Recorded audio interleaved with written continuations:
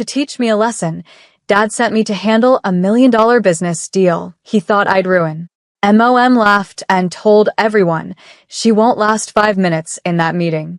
But the next morning, when he walked into the office and saw the headlines, he froze. My name is Harper Lane, I'm 27. And if you think you know how this ends, stay tuned. What do you do when the people who raised you mistake your intelligence for rebellion, when their lesson becomes the very thing that sets you free? That morning, Dad had tossed the folder across the dining table. You want to prove yourself? Fine. Represent us at the Portland merger. Let's see what happens when real money's on the line. Mom snorted behind her teacup. She'll panic halfway through and embarrass us all. I smiled, calm but burning. Challenge accepted. By midnight, I'd read the 200-page contract twice, highlighted every clause my father's lawyer had missed, and memorized the competing firm's board members.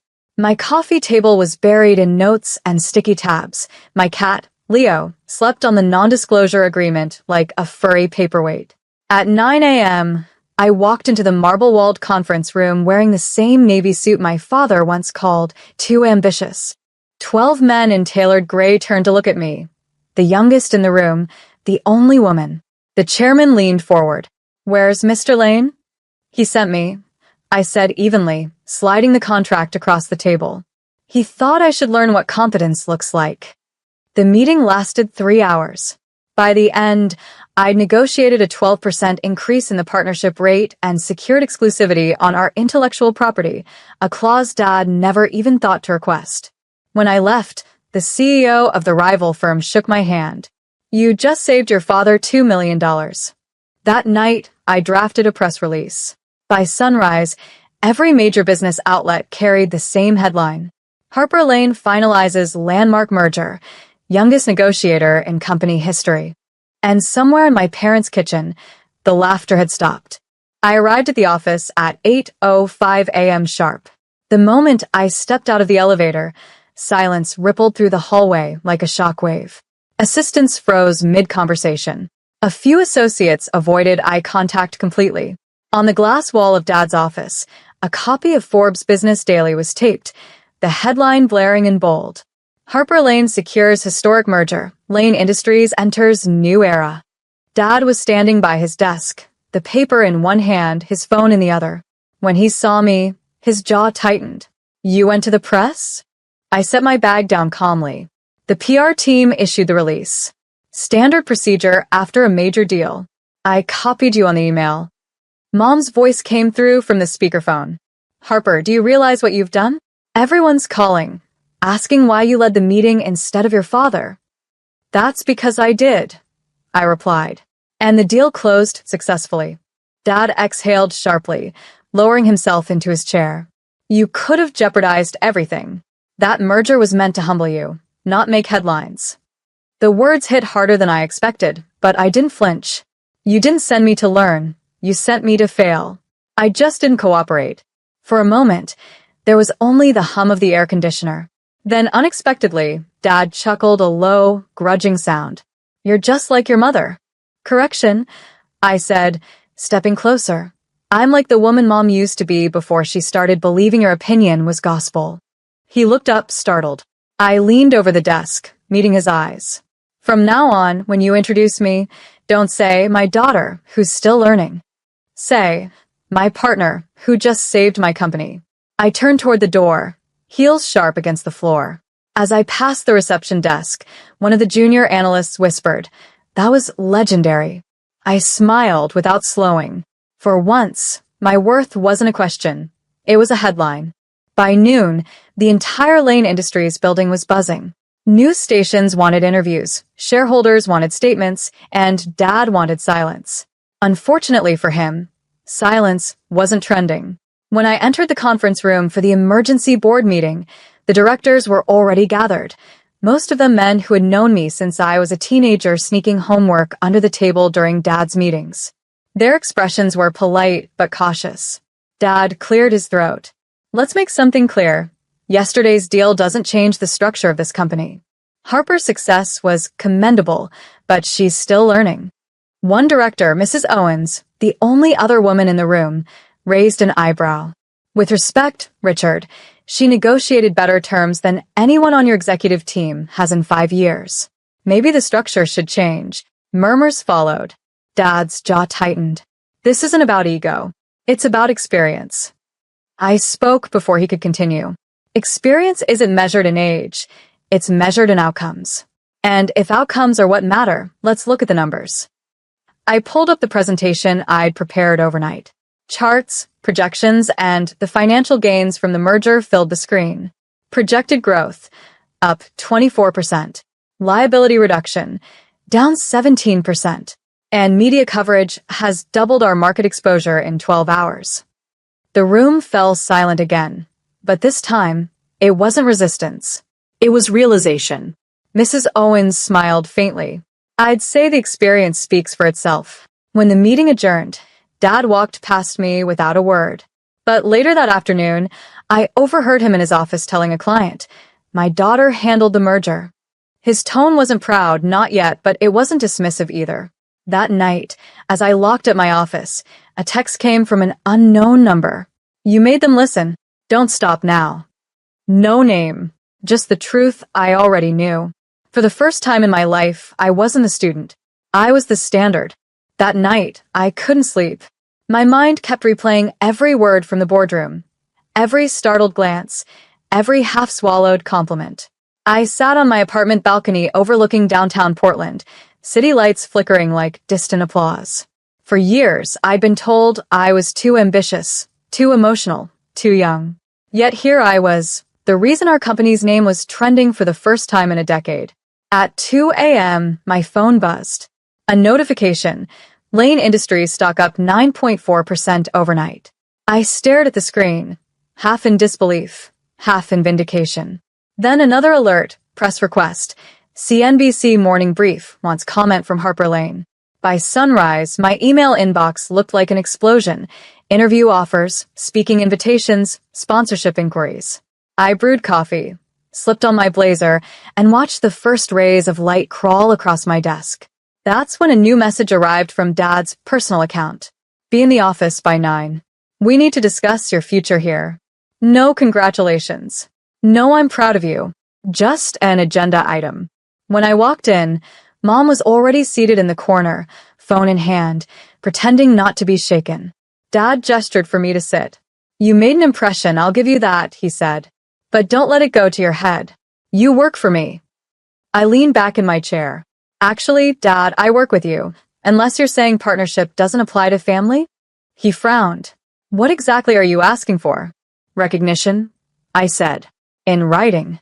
Mom sighed, as if I were a child asking for dessert. "Oh, Harper, you don't negotiate with your parents." I smiled. "Then maybe you shouldn't have raised a negotiator." The silence that followed was thick enough to touch. For the first time, my father didn't know what to say, and that was victory enough for me. The boardroom smelled faintly of espresso and tension. Dad sat at the head of the table, flanked by his legal counsel and 2 senior partners. I walked in, calm and measured, carrying nothing but a folder and a quiet confidence that seemed to irritate him more than any argument could. "Sit," he said tersely. "I'll stand," I replied. He exchanged a look with Mom, then leaned forward. "Let's be realistic, Harper. You're talented, sure. But leadership takes time, and this publicity stunt you've caused." "It wasn't a stunt," I interrupted. "It was strategy. The merger's success boosted our valuation and restored investor confidence. That's not chaos. That's competence." Mrs. Owens, the only board member I trusted, folded her hands. "Richard, she's right. This company needed momentum. She provided it." Dad's jaw flexed. "We can't just hand her power." "Then call it accountability," I said, sliding a document onto the table. "A proposal for a new division, Lane Digital Initiatives. I'll run it independently, using the merger's profit margins to fund it. It keeps your legacy intact while letting me build my own." Mom frowned. "Why can't you just be grateful for what your father's given you?" I met her gaze. Because gratitude shouldn't require silence. The room went still. Even the hum of the air conditioner seemed to hold its breath. After a long pause, Dad finally said, "You'll be responsible for every dollar you spend." Good, I replied. I already am. As I turned to leave, Mrs. Owens smiled faintly. Congratulations, Director Lane. Outside the boardroom, I stopped for a moment, exhaling a breath I didn't realize I'd been holding. For the first time in years, I wasn't fighting to be seen. I was leading, and the world had already noticed. The announcement hit the internal network by noon. Lane Industries launches new digital division led by Harper Lane. Within minutes, congratulatory messages started flooding my inbox, some genuine, some strategic. I sat in my new glass-walled office, the one that used to store archived files, now transformed with clean lines and bright light. A temporary space, but mine. My nameplate still smelled of fresh polish. Mom texted, "Your father's trying to act proud, but you know how he is. He says this pressure will eat you alive." I smiled, replying simply, "Good. Pressure makes diamonds." The next few days were a blur of work, assembling a team, designing frameworks, pitching innovation projects the old board had never dared to attempt. The division hummed with the sound of new ideas, keyboards, and the faint rhythm of change. Then came Friday's investor dinner. I walked in wearing a black tailored suit. Dad introduced me stiffly to the partners. "This is my daughter, Harper Lane. She's handling our digital ventures." For a moment, I saw pride flash in his eyes before it quickly hid behind control. During dessert, one investor leaned toward him. "Richard, if this is the future of Lane Industries, you're in good hands." Dad's smile faltered. I caught it. I always did. Back home that night, I opened an old notebook filled with his notes on how to command respect. On the last page, I added my own line. Command isn't taken. It's earned, and sometimes inherited power has to be reclaimed. When I closed the notebook, Leo brushed against my leg, purring softly. Outside, the skyline glittered like opportunity. I wasn't just part of the company anymore. I was the reason it was alive. A week later, Lane Industries was trending again, not for scandal or failure this time, but for innovation. Our pilot project had secured a $4.5 million partnership with a Silicon Valley tech firm, all negotiated under the Lane Digital Initiatives banner. The press called it the next chapter of Lane leadership. Dad didn't call it anything. He just stopped showing up to my department meetings. Mom, meanwhile, started calling more than ever, soft voice, emotional guilt. "Honey, your father's under stress. You could ease things if you showed a little humility." I sipped my coffee and answered evenly. "Mom, I don't know humility for doing my job well." She sighed. "You've changed." "Yes," I said, "and that's the point." That Friday, the partners hosted a celebration dinner. Champagne flowed, laughter filled the penthouse restaurant, and I felt something I'd never known inside this family name, belonging earned by merit. Mrs. Owens raised her glass. "To Harper, the reason this company's heartbeat sounds new again." Applause followed. I caught Dad's expression from across the table, conflicted pride, the kind that hurts more than envy because it admits defeat. After dessert, he approached quietly. "You made quite a show tonight," he said. "Just results," I replied. "The same thing you've always demanded." He studied me for a long moment. "You really think you can run this company one day?" I smiled faintly. "I already am. You just haven't accepted it yet." When I left the restaurant, the city air felt electric, like standing on the edge of everything I'd fought for. My reflection in the glass door showed someone I didn't recognize at first. Confident, calm, capable. The kind of leader he'd spent a lifetime doubting could exist, especially in his daughter. The Monday after the celebration felt like the quiet before a new season. The newspaper on Dad's desk read, "Lane Industries appoints Harper Lane as co-CEO to drive modernization strategy." He hadn't even told me. The board had voted over the weekend, led by Mrs. Owens and the investors I'd won through the merger. When I walked into his office, he was staring at the headline, his hands motionless on either side of the page. "You knew this was coming," I said softly. He looked up, eyes tired. "I thought I could control how it happened." I set down 2 cups of coffee. "You taught me to negotiate, to calculate, to win. You just didn't expect me to apply those lessons here." He gave a slow, reluctant nod. Maybe I underestimated you. Or maybe, I said, you never really looked. The air between us settled, not hostile, just honest. For the first time in years, there was no hierarchy in the room, only recognition. By noon, the announcement went live. Reporters gathered in the lobby, flashes bouncing off glass walls. I stepped up to the podium beside Dad. The cameras clicked, a rhythm like thunder. Lane Industries, I began, isn't changing direction. It's expanding its vision.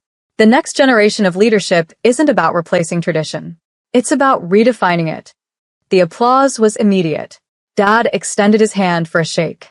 Instead, I hugged him, brief, professional, human. The room erupted again. That night, I returned to my apartment, kicked off my heels, and sank into the couch. Leo leapt into my lap, purring like approval. Mom texted one final message. "We're proud of you, Harper. Even if it took us too long to say it." I smiled, setting the phone aside. Through the window, Portland glowed, steel and light reflecting a story rewritten. I'd started as a lesson they thought would fail. I ended as the headline they'd never forget.